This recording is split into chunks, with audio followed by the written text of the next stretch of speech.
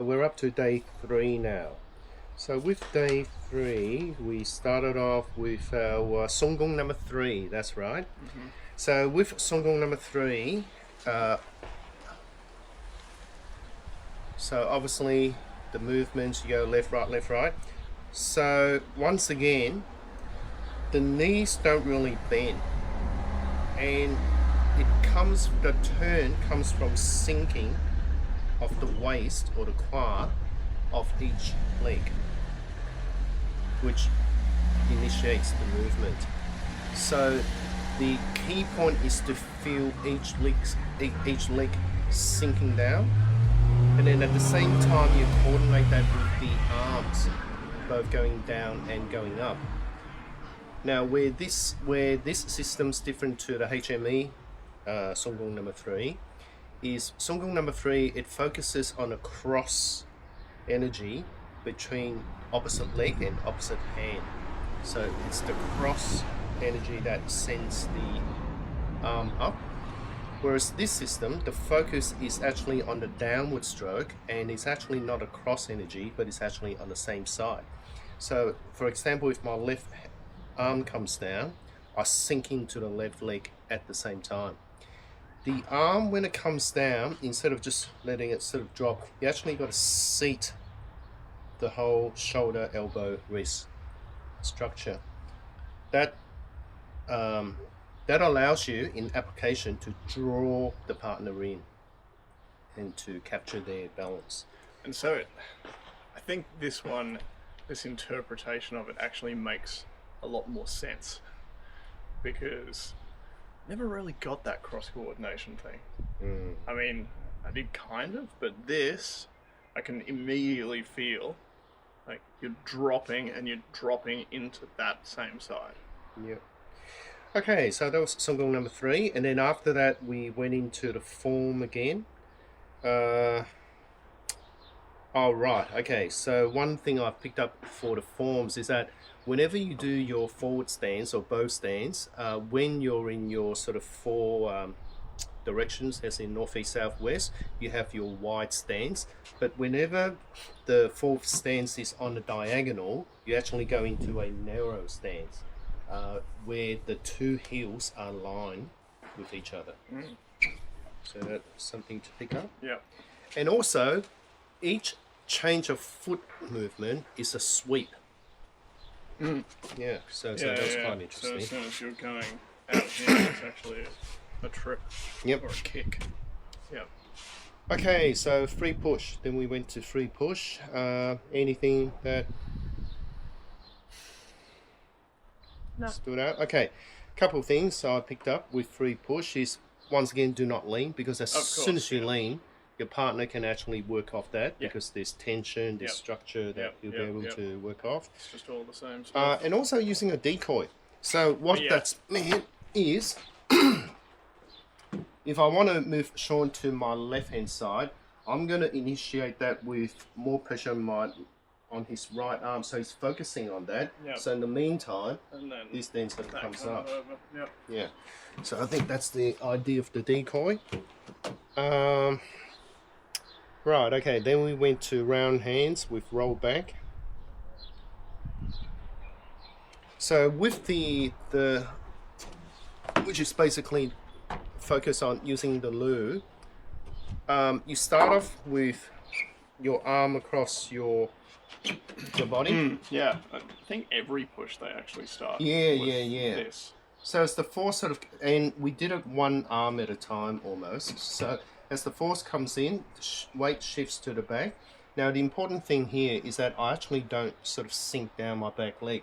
I maintain that sort of height, but I sink into it from an internal point of view. Yeah, you're sinking into it from an internal point of view. So what I was told was your knee stays in the same position. So you're not dropping your knee, but you sink into the thigh, and it's like you're just, everything presses down into that. Yes. Right, and so if you do that, you won't feel your butt engaging or anything like that, because you're just straight back, sink into that thigh, and it grounds you very nicely. Yep. So as it comes in, I've sunk into my back leg.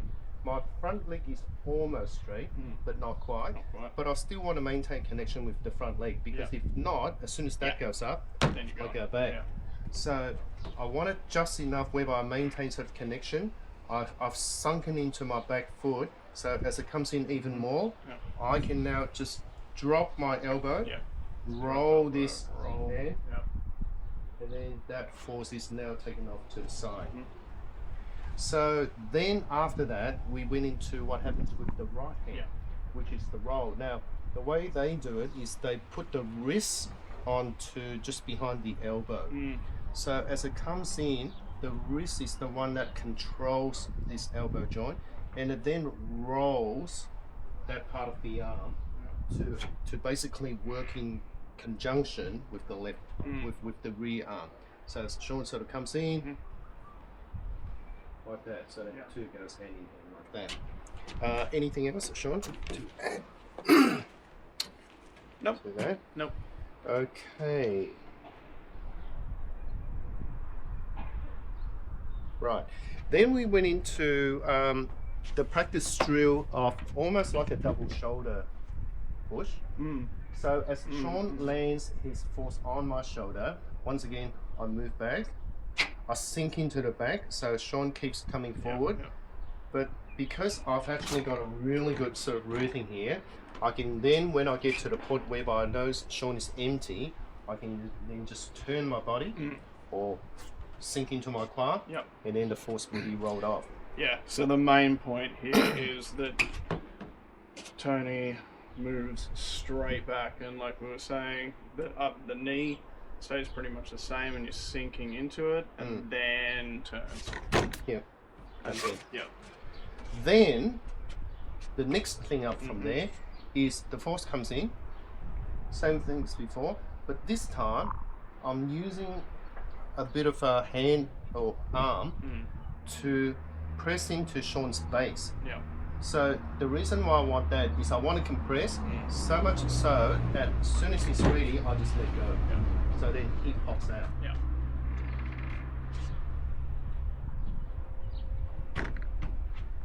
So that was the roll back. Yep.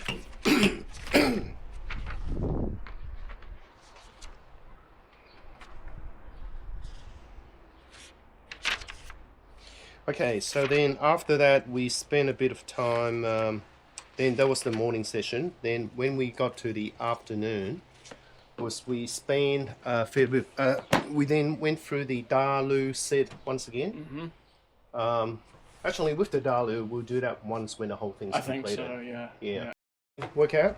Okay, so in order to uproot, what we need to do is first you gotta sink into yourself, but the hands, like the Huang system says your hands should be like lovely lady hands. So it's like this.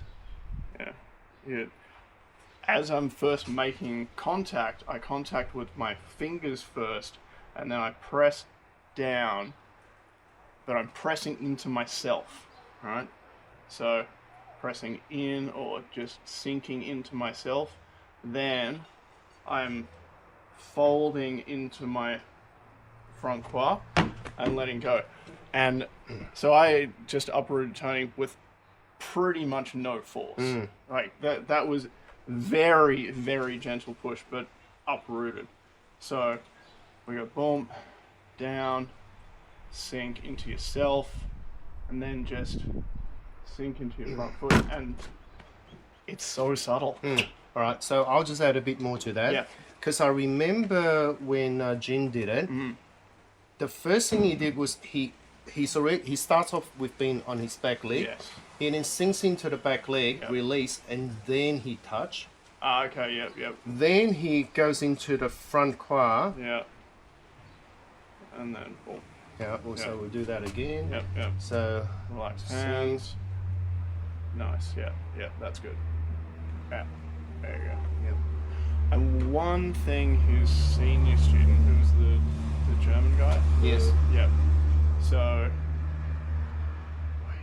Now, What? so He does a break as well before. Oh, okay. So he kind of draws you out. Ah, right, Right? nice. Yeah. So, you know, that's like fairly straight, but he did some. God, what the hell was it?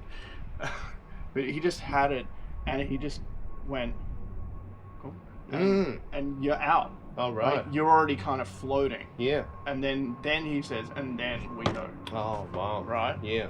So, yeah, maybe get him to. So there.